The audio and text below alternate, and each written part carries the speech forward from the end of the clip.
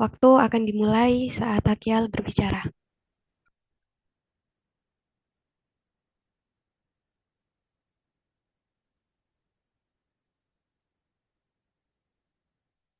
Assalamualaikum warahmatullahi wabarakatuh. Salam Om Swastiastu, Namo Buddhaya, salam kebajikan, salam sejahtera untuk kita semua.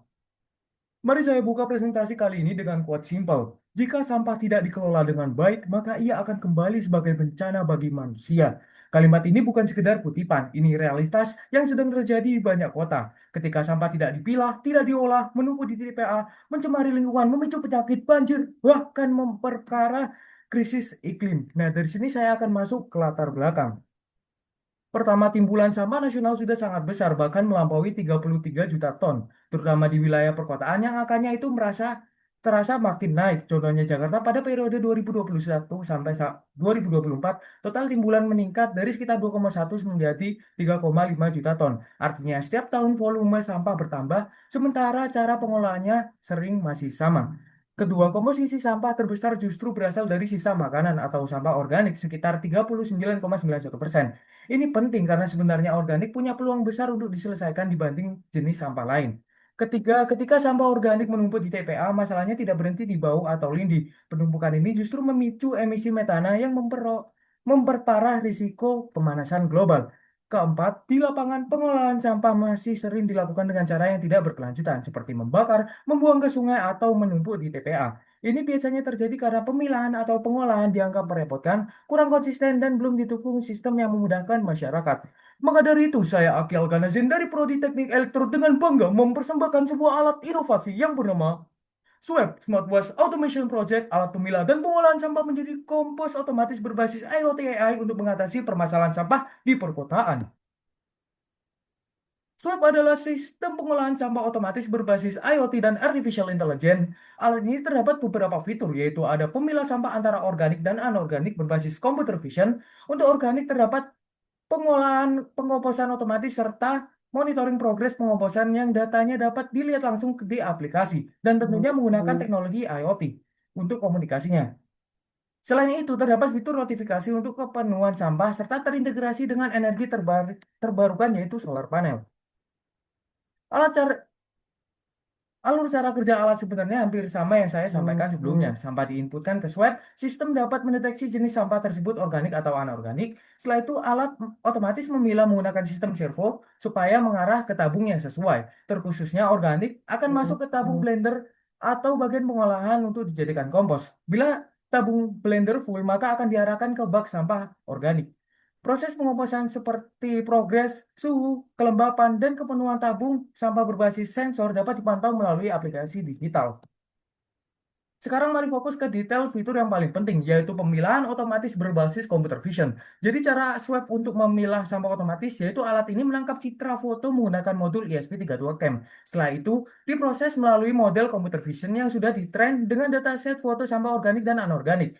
Hal itu bertujuan untuk sistem dapat mengklasifikasikan jenis sampah yang diinputkan. Di sebelah kanan slide, sebagai gambaran penerapan computer vision di deteksi sampah, terdapat simulasi deteksi atau klasifikasi objek sederhana yang saya buat di Edge Impulse.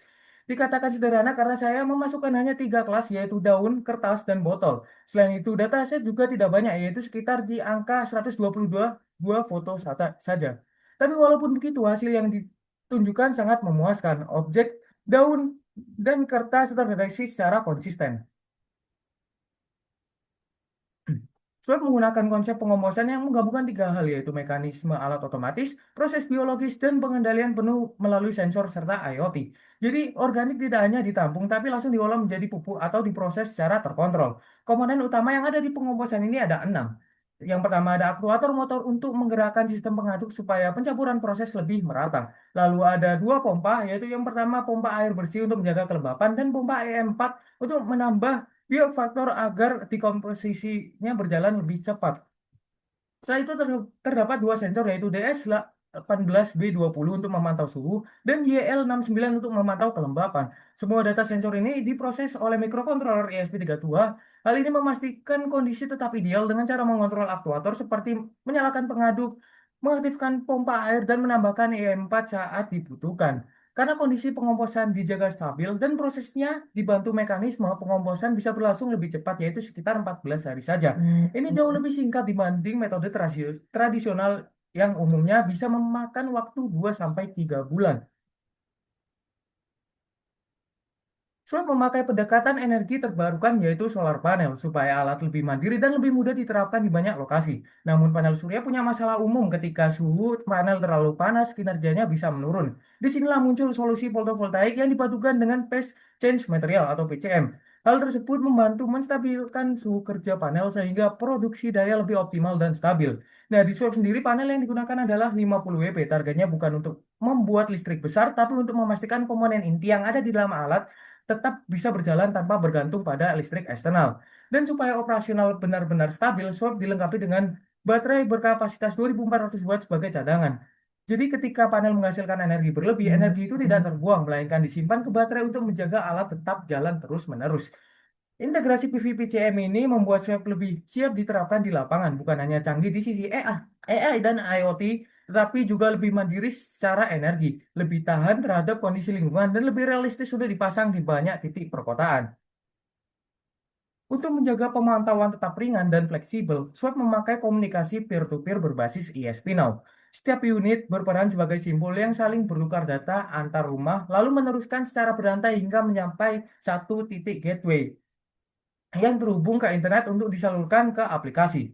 Sistem ini memperluas jangkauan tanpa sinyal Wi-Fi di setiap rumah serta dapat menekan biaya dan konsumsi daya karena tidak memerlukan komponen tambahan seperti LoRa ataupun modul Wi-Fi. Di sini seperti aplikasi pada umumnya terdapat tampilan awal dan halaman login untuk merasakan fitur-fitur yang ada. Setelah login langsung disuguhkan halaman status yang bisa melihat kondisi alat secara real time, lalu menentukan wadah organik dan anorganik apakah sudah penuh dengan sampah atau belum. Selanjutnya ada bagian progres pengomposan dalam bentuk presentase sehingga kita tahu prosesnya sedang berjalan di tahap mana. Di bawahnya juga ditampilkan parameter yang seperti estimasi waktu, suhu, dan kelembapan karena tiga hal ini yang menentukan kompos berjalan optimal atau tidak. Selain itu, ada pemantauan dari sisi energinya, kondisi panel, energi yang dihasilkan, tegangan, dan arus, serta presentase daya baterai disediakan juga grafik. Supaya pengelolaan bisa melihat tren performa panel dan baterai sehingga sistemnya bisa lebih mudah dievaluasi atau diperbaiki. Selanjutnya terdapat riwayat yang menunjukkan bak sampah penuh dan kompos jadi itu pada waktu kapan saja. Terus juga ada peta alat di mana ini fitur untuk pengelola sampah agar tahu sampah yang full itu di sebelah mana dan akan segera diangkut. Yang terakhir ada notifikasi untuk memberitahukan sampah full, kompos sudah jadi, atau bahkan keanomalian dalam alat.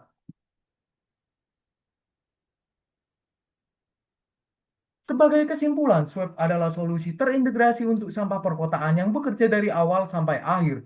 Sampah dipilah secara otomatis, sampah organik diolah menjadi kompos lebih cepat dengan kontrol berbasis IoT, lalu seluruh kondisi alat dipantau real-time lewat aplikasi dan komunikasi perangkat yang efisien. Dengan dukungan energi surya, sistem ini dibuat lebih mandiri dan berkelanjutan, sehingga diharapkan mampu mengurangi beban TPA sekaligus menekan dampak lingkungan dari penumpukan sampah. Dikarenakan tadi saya buka presentasi dengan quotes, alangkah baiknya presentasi kali ini saya tutup dengan quotes juga.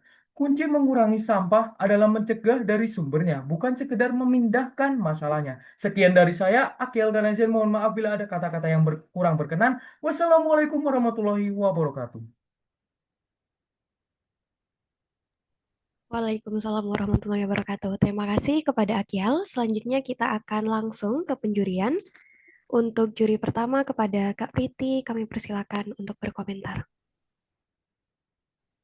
Oke, selamat Akyal. Oh ya, ini kan sebenarnya apa ya, pengolahan kompos dari sampah. Apalagi ini udah teknologi IoT ya, IoT AI itu udah banyak sekali gitu ya.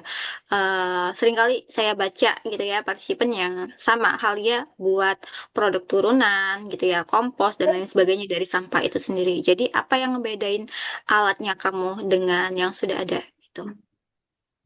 Yang membedakan alat saya dengan yang sudah ada itu kami terintegrasi banyak sekali teknologi. Di sini terdapat energi panel surya sehingga alat dapat beroperasi 24 jam nonstop. Setelah itu pengomposan ini dilakukan selama 14 hari saja, sekitar 14 hari dengan sensor-sensor yang ada dan aktuator tentunya. Terus juga alat ini terintegrasi aplikasi untuk pemantauan progres pengomposan dan kepenuhan dalam bak karena swab sendiri terintegrasi sama sensor jarak untuk mengidentifikasi apakah bak tersebut itu penuh atau tidak. Terus juga di sini tidak hanya pengomposan saja fitur utamanya, yaitu ada pemilah otomatis, yaitu pemilah antara organik dan anorganik disediakan dua bak yang berbeda. Itu memudahkan untuk pihak pengelolaan sampah seperti itu. Oke, ya. Tadi dibilang panel surya 24 jam nonstop, tapi kan panel surya itu kan bergantung pada cuaca. Itu gimana caranya? Apalagi kamu apa ya? Kamu mengklaim kalau siapa ya, swab ini itu tuh bisa bekerja secara efektif selama 14 hari. Padahal kan udah tergantung apa ya? Punya ketergantungan cuaca gitu. Gimana caranya ini bisa menebus 14 hari atau bahkan nanti malah molor 2 sampai 4 bulan sama kayak produk konvensional. Itu gimana? Tuh, izin menjawab. Tadi saya sudah sampaikan bahwa solar panel ini bukan solar panel biasa, namun terintegrasi sama teknologi PV-PCM, yang mana meningkatkan efisiensi daya dan menstabilkan suhu kerjanya. Sehingga listriknya itu bisa sekitar 2 kali lipat lebih besar dari panel pada umumnya. Terus untuk alat ini beroperasi selama 24 jam, entah itu di malam hari tetap beroperasi atau dalam mendung, itu disediakan baterai atau baterai litium sebesar 2400 watt. Nah, di situ cukup untuk menyimpan baterai atau menyimpan energi di siang hari ataupun pagi hari untuk digunakan pada mendung atau malam hari seperti itu, Kak. Oke, terus ini kan apa ya? Ini kan akan diolah oleh katakanlah ini ya, yang bagian mulanya ya, ke LHK lah kurang lebih gitu. Nah, terus ini kan pengguna utamanya itu kan masyarakat gitu, iya kan, masyarakat. Tapi kan Ya. di sini kan masyarakat itu nggak mau ribet gitu. Apalagi ini ibaratnya tuh daftar aplikasi lah, terus dari mau diangkut lah. Itu gimana caranya kamu meyakini dan juga meningkatkan kesadaran mereka untuk gunain aplikasinya kamu, terus dianya juga apa ya, ngasih kontribusi terhadap lingkungan kayak gitu. Itu gimana caranya supaya gagasannya kamu juga bisa apa ya, bisa sangat berpotensial untuk direalisasikan. Itu gimana? Terus yang kedua ini kan ditargetkan apa ya, yang kota-kota apa ya, yang binnya tadi itu kan mau Pak. ditempatkan di perkotaan nih gitu ya.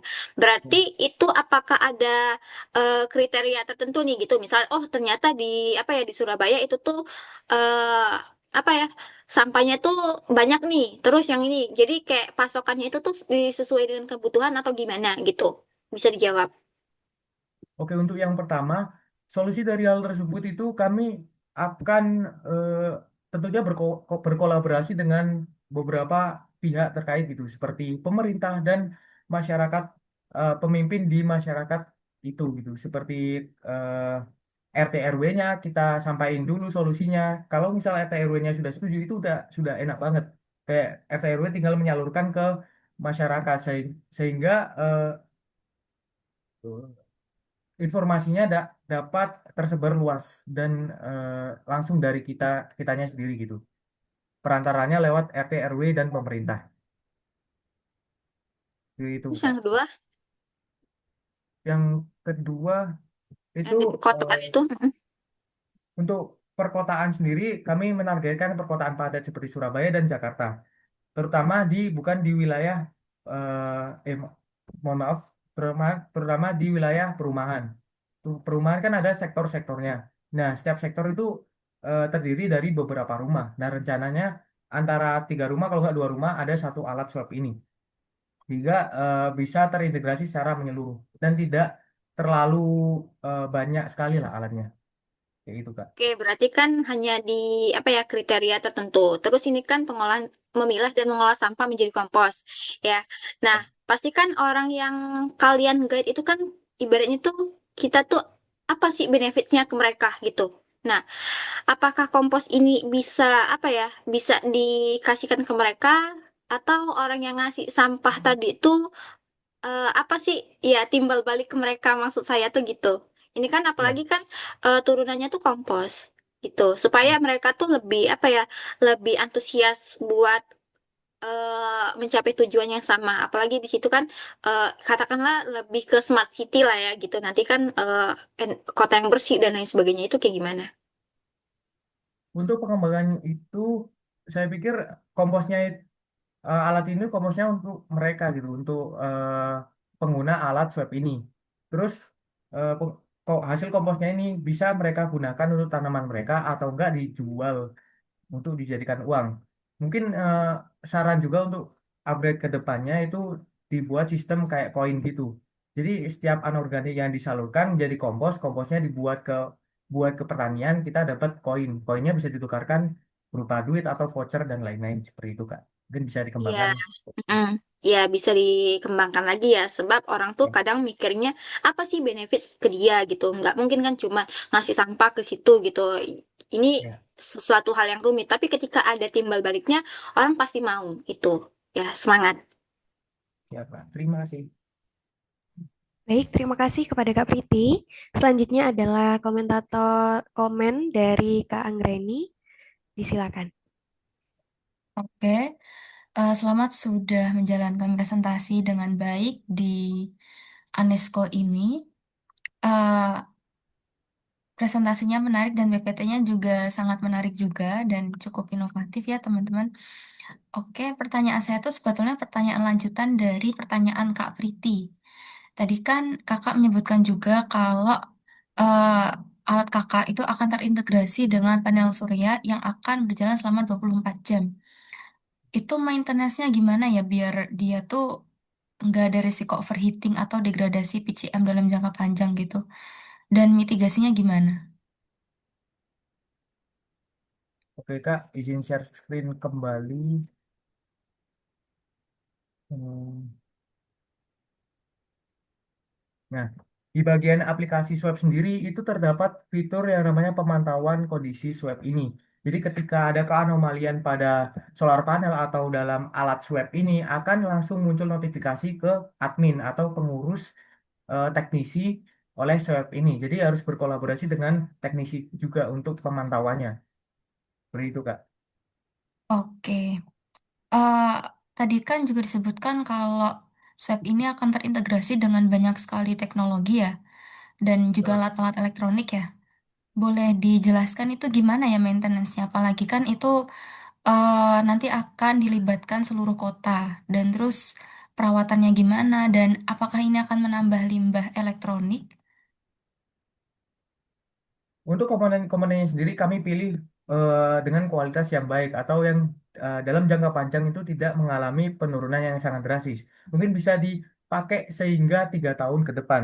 Sehingga untuk perawatannya sendiri itu mungkin 1 tahun sekali sudah cukup atau enggak ya seperti yang saya tadi bilang untuk notifikasi di aplikasinya. Sehingga setiap teknisi itu memegang satu wilayah khusus atau satu perumahan khusus. Jadi tidak kewalahan seperti itu, Kak. Oke, apalagi Ya. ini kan juga ini ya nanti hasilnya adalah kompos gitu ya. Kompos, apalagi nanti ini mau dilibatkan di wilayah perkotaan. Nah, kan wilayah perkotaan itu biasanya padat penduduk. Ini belum didesain juga nanti eh, apakah di wilayah perkotaan itu mau didesain kayak banyak vegetasinya atau seperti apa. Dan tadi juga udah disebutin kalau akan dilakukan jual beli kompos untuk memberikan insentif pada pemilik teknologi ini gitu.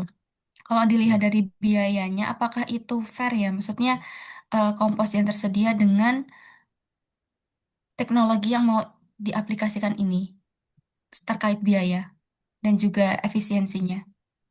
Untuk biayanya sendiri udah tertera di lampiran pada esai saya itu satu unit swab ini di sekitar 900 ribuan.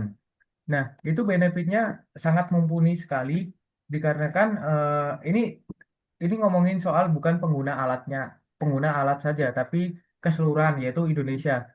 Indonesia jadi berkurang tumpukan sampah di TPA, terus anorganiknya tadi yang saya sebutkan di latar belakang itu bisa dikurangi secara drastis dengan alat ini. Sehingga mungkin bisa bekerja sama lagi dengan pemerintah untuk mengurangi biaya dari alat swab ini untuk disebarluaskan di seluruh wilayah Indonesia seperti itu, Kak. Oke,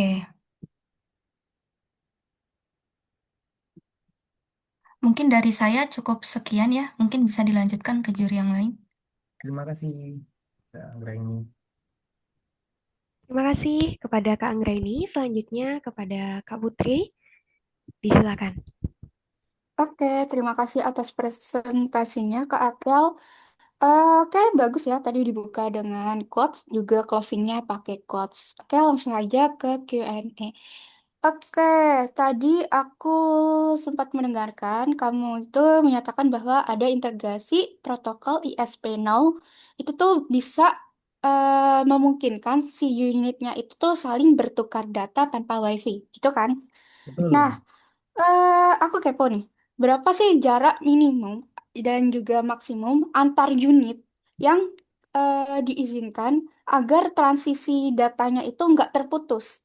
Dan juga gimana sih jika salah satu unit itu lagi proses nih ya, lagi proses menjalani inilah gitu, satu unitnya itu tuh mengalami kerusakan. Hmm.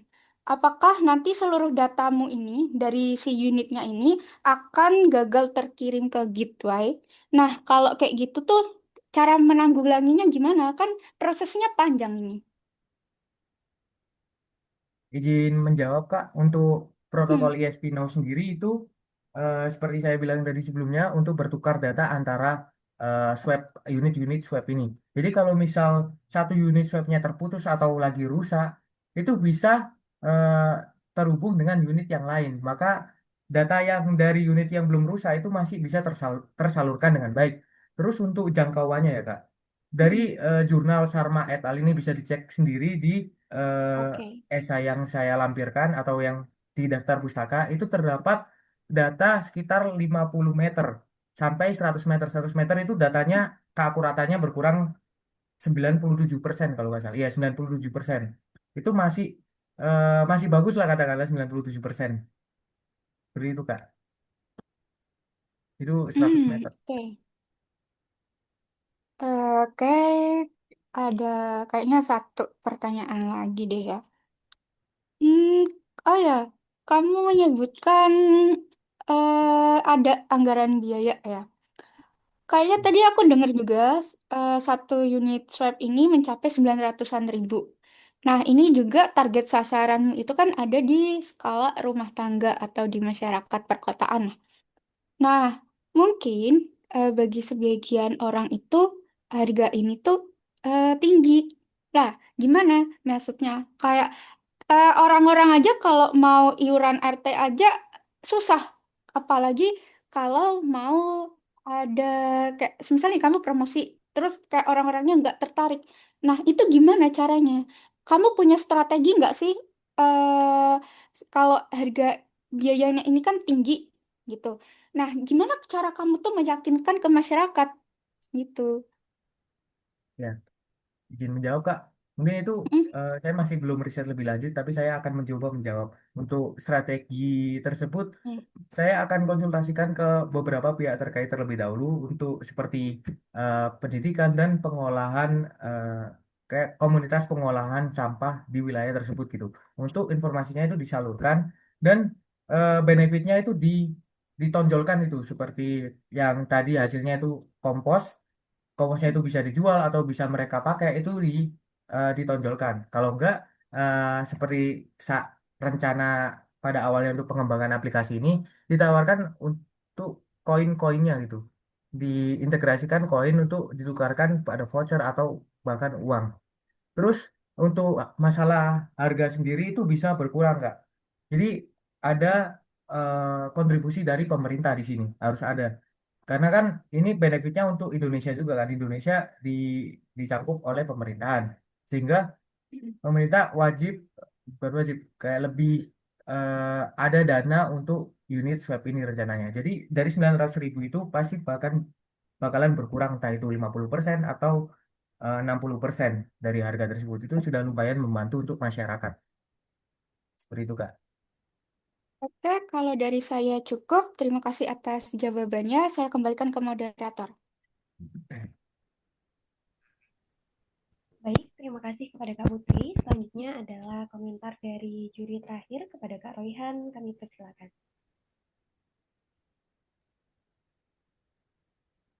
Oke, suara saya masuk. Masuk Kak. Oke, selamat sebelumnya sudah masuk ke tahap finalis ya. Ada banyak hal yang perlu dibahas sih sebenarnya ya. Tapi mungkin eh, sisi baiknya dulu. Kalau dari sisi gambaran ide kita nangkap sih sebenarnya. Jadi ini menarik ya. Kalau tentang gambaran ide menarik sama PPT-nya oke lah ya. Saya bilangnya oke. Cuman kalau kita berbicara tentang metode misalnya, saya mau bahas di Kompos dulu. Saya mau bahas 3 poin sebenarnya dari sisi kompos, sisi alat, sisi kata-kata kota sebenarnya. Nah, kompos. Ini pakai metode apa pengomposannya? Kalau metodenya sendiri, saya masih belum tahu, tapi metodenya pakai teknologi sensor sama aktuator, Kak. Itu Itu bukan metode saya pengomposan gitu. saya ngambil dari satu jurnal. Itu benar-benar Iya, metode pengomposan hampir metode sama. apa? Kan banyak metode pengomposan tuh. Ada 5 kalau nggak salah. Kalau dibilang Eh, 3 bulan, ya itu metode konvensional banget itu. 3 bulan, dua ya, bulan, 3 bulan memang iya. Tapi kan ada metode kayak metode Bokashi gitu. Pernah dengar? Metode Bokashi eh, itu kan cuma 14 hari memang. Metode itu ya yang itu, dipakai. ya Kak. Saya kurang Kalau metode mendalami itu dalam yang hal dipakai, tersebut. terus apa keuntungannya pakai alat ini kalau 14 hari? Metode Bokashi itu kan memang untuk waktunya 14 hari memang. Seminggu sampai 2 minggu. Nah, saya di sini hanya menjabarkan terkait teknologi atau sensor-sensornya dan motor aktuatornya, Kak. Jadi untuk metode pengomposannya sendiri itu benar saya belum riset lebih lanjut. Saya Di hanya situ kan ada menyampingkan E4 yang teknologi yang dipakai ada di ya. jurnal. Gimana? Iya, ada kalau nggak salah sensornya juga ada mini apa tuh, mini E4 penyemprotan gitu ya. E4-nya EM4 memang digunakan buat apa? itu untuk mempercepat progres dari pengomposan sendiri. Berarti metodenya tuh Bokashi kan berarti kan? Berarti metodenya aerob apa anaerob ini? Aerob, eh, Aerob apa anaerob? saya kurang mendalami hal tersebut, Kak. Maaf. Harus tahu. Ya. Karena apa? Di situ yang ter-highlight adalah kata-kata sampah menjadi kompos. Terus dirimu menawarkan alat, tapi kita nggak ngerti metode pengomposannya. Nah, setiap pengomposan itu tidak selamanya berhasil loh ya. Fermentasi pengomposan itu tidak selamanya berhasil. Nah, pertanyaan saya, fermentasi yang berhasil itu ciri-cirinya kayak gimana? Sehingga itu komposnya jadi. Untuk eh, komposnya jadi itu di sini kan terdapat sensor YL 69 kelembapan dan sensor suhu Kak. Jadi kita parameternya dalam dua sensor tersebut. Sehingga kalau misalnya parameternya kurang atau kelebihan itu bakal mengaktifkan air air untuk kelembapan dan E4 untuk supaya suhunya tetap terjaga gitu, suhu dan Oh kelembapannya. enggak, itu bukan kriteria fermentasi berhasil. Itu kan istilahnya alat yang dipakai gitu kan. Kriterianya berhasil, misalnya baunya seperti apa, warnanya seperti apa, belum tahu. Ya, untuk di jurnal ini itu pakai metode waktu Kak. Jadi di No, waktu 14 itu hari itu bukan sudah metode waktu. untuk kriteria fermentasi berhasil atau tidak. Jadi dari sisi komposnya aja saya nggak yakin untuk beli alat ini sebenarnya kalau dijual misalnya. Dirimu aja yang buat ide aja nggak ngerti cara pengomposan. Itu 1 poin. Oke, saya pindah ke kata-kata perkotaan. Nah, kata-kata perkotaan ini yang dimaksud nih segmentasinya yang kayak gimana? Karena kalau perkotaan berarti nggak bisa nih pakai di desa saya nih. Karena saya desa nih gitu. Perkotaan yang dimaksudnya kayak gimana? Seperti yang saya sebutkan tadi di NU sebelumnya, perkotaan yang dimaksud ini lebih ke arah perumahan ya. Jadi kloter antar kloter-kloter gitu. Kloter. Iya, kloter. Dirimu tahu Jadi kalau satu kloter perkotaan tuh itu banyak kan banyak ada beberapa jenisnya. Dirimu tuh harus ada ini, ada segmentasi atau limitasi yang jelas. Perkotaan itu bisa ya. dilihat dari berbagai berbagai aspek, misalnya dari sisi demografis ya, dari sisi fisik, misalnya dari sisi infrastruktur. Ada yang bilang dari sisi pemerintahan ya atau administrasi legalnya. Dia itu, sorry kalau salah ya, dari Undang-Undang Nomor 23 Tahun 2015 itu yang menyatakan perkotaan itu secara resmi dia disebut kota kalau ada wali kotanya. Kalau bupati itu nggak bisa sebut kota. Nah, jadi di Jember nggak bisa dipakai nih. Kalau dirimu bahas kayak gitu, nah itu nggak ada kejelasan Ya. di awal perkotaan. Gitu. Kalau Ya. misalnya itu bicara tentang demografis, misalnya. Nah, itu jadi harus dijelaskan dulu. Karena tujuannya di sini, di highlight-nya adalah untuk permasalahan sampah perkotaan. Gitu ya. Jadi harus Ya. tahu dulu kriteria perkotaan. Nah, Ya. mungkin yang terakhir ya, alatnya. Sebenarnya alatnya sih saya oke ya, desainnya oke. Saya ini alatnya buat sendiri. buat sendiri Kak dari Desainnya. SolidWorks 3D desain Oke SolidWorks. lah ya. Sebenarnya kalau dari sisi alatnya oke. Di sini sebenarnya tadi pertanyaan pertama saya sebelum dirimu mendemokan pemilah ya. Saya mungkin agak bingungnya cara milahnya memang ya. Tapi setelah ada video ngerti. Cuma ada 3 jenis yang masih. Nah, yang jadi pertanyaan di sisi pemilahan misalnya. Itu kan kita cara pemilahannya kan nggak ngerti ya. eh Misalnya ada banyak sampah misalnya. Terus itu bakal banyak data yang masuk yang kepilahnya kayak gimana kira-kira? Itu kan cuma satu tadi kan di video. Kalau misalnya banyak gimana? Nah, untuk banyak sendiri itu saya masih belum ke tahap seperti itu. Jadi eh, ada batasan Kasih atau gambaran ke kita. limitasi dari Kira-kira suatu. kayak gimana kalau semuanya banyak? Kalau seumpamanya banyak itu mungkin dikasih teknologi kayak lebih lanjut seperti penjepit gitu buat memisahkan sampah-sampah, kumpulan sampah-sampah itu menjadi satu-satu gitu. Oke, Sedangkan saya sendiri mungkin itu itu aja sih sebenarnya dari saya. Cuma terakhir aja ya. Karena ini kan ada alatnya kurang lebih 900 per alat ya. Cuman itu langkah implementasinya yang saya belum dapetin. Gini, Akyal, kita buat ide ya. Kita buat ide itu bukannya sekedar buat ide. Bagaimana ide ini berguna buat lingkungan yang membutuhkan. Lingkungan penerima manfaat, kata lainnya kita bilang. Nah, kalau you just create a product, tapi kita nggak ngerti cara implementasinya, misalnya di kota tadi, gitu kan ya, saya nggak tahu RT RW-nya gimana gitu. Kayak ngerti. Yang jadi permasalahan adalah jaminan keamanan. Ketika kita bilang itu eh, di kita nggak ngerti nih diletakkan di mana, ya kan? Kita nggak ngerti diletakkan di mana. ya. Nanti misalnya ada maling gimana gitu. Itu penting. Karena alatmu bukan hanya sekedar buat alat, tapi bagaimana alatnya ini berguna gitu loh. Itu aja mungkin dari saya kembalikan lagi Ya, ke moderator. terima kasih Kak Royhan atas saran-sarannya. Baik, terima kasih kepada para juri yang telah memberikan komentar. Terima kasih juga kepada Akyal selaku presentator kedua dari finalis UNESCO.